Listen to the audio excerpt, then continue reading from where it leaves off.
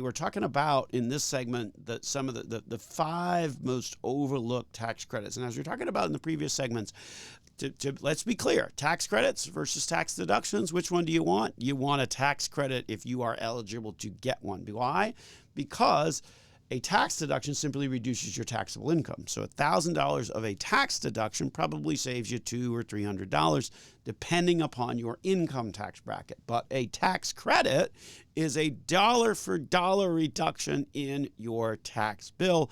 Some of these credits are in fact refundable as well, so they could even serve to boost up the amount of your refund. So we got a list of five of the ones that are most overlooked coming up here in this segment of the program. So the first one is what is known as the retirement savings contribution credits. And this really is one that I think a lot of people maybe don't even realize that it exists. And so what it is in fact a tax credit designed to encourage people to save money for retirement.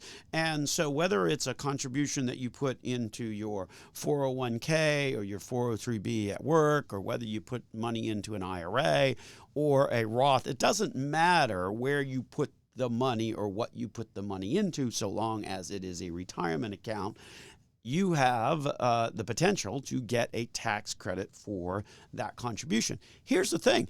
This is a pretty valuable tax credit that can be worth up to 50% of the amount that you put into a retirement account. Obviously, all of this depends on income. This particular credit has a pretty low income requirements in order for you to claim it. But if you're eligible to claim it, the reality is that for an individual, it is a tax credit of up to $1,000. So if you put $2,000 into an IRA or into a Roth or a 401k, you could then wind up getting a tax credit of $1,000 for that $2,000 contribution. Married couple, you each get your own, so you have a tax credit that's potentially up to $2,000 for a contribution that is $4,000, $2,000 for each of you. So pretty powerful stuff. Obviously, this one applies to sort of lower income, moderate income types of taxpayers.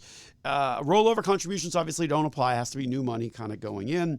And if you were claimed on someone else's return as a dependent, then obviously you wind up having lesser eligibility. But this one we raise as the first one simply because a lot of people don't realize that it even exists. So if you made a retirement contribution, if you've got lower income showing on your tax return, then double check this one, as you might be eligible. And this one's pretty powerful. The next one, and I think a lot of people know about, but if maybe you have children for the first time and maybe didn't realize that this was a credit out there. The Child Independent Care Tax Credit is a tax credit that allows you to claim some of the expenses that you paid for childcare or dependent care while you were working or while you were looking for work. So things like childcare or after-school programs or summer day camps, or even care for an elderly dependent who might be still living with you that is claimed on your tax return. All of those kinds of expenses can qualify for this particular credit. If it is a child, the child care piece of it, the child must be under age 13. If it's the dependent care, then obviously it has to be a dependent on your tax return. There are limits, up to $3,000 for one dependent, $6,000 for two or more dependents. The tax credit that you get is then based on a percentage of those care expenses.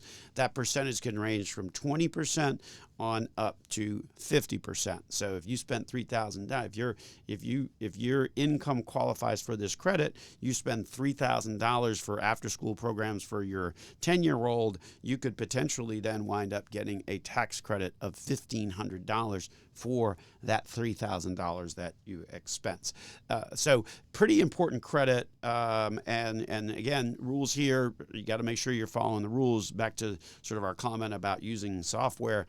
Certainly you want to use software, but you need to make sure you're answering the questions correctly in that software. Otherwise, you could find that you wind up losing a tax credit that you're in fact eligible for. So those are the first two.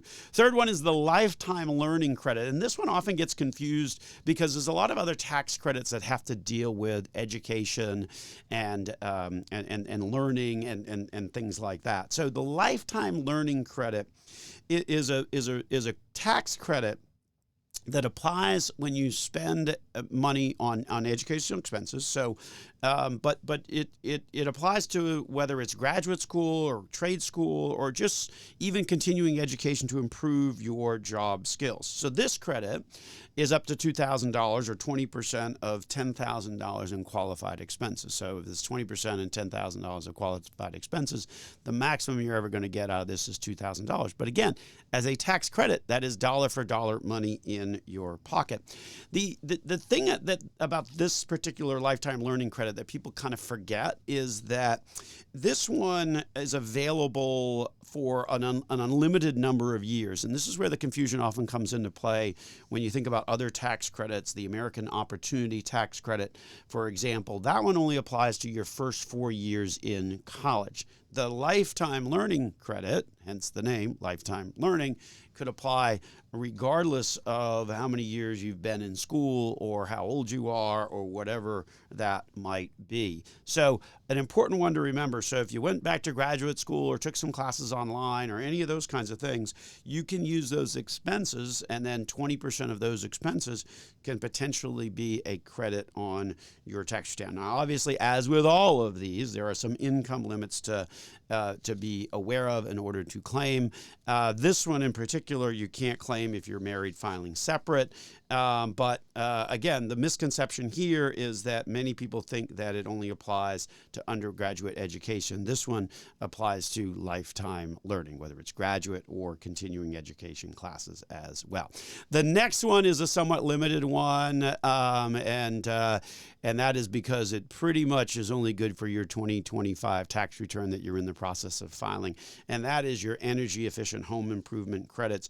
As many of you know, if you're regular listeners to the program, when we in prior shows when we've broken down the one big beautiful bill, all of that bill kind of did away with a lot of these energy efficient home improvement credits, but they still are on the books for 2025. So things like energy efficient windows and doors, heat pumps, insulation, central air conditioning, solar panels, all of those qualified energy saving upgrades to your primary residence, key piece there, you can get a credit of up to 30% of the qualifying expenses, maximum credit about $3,200.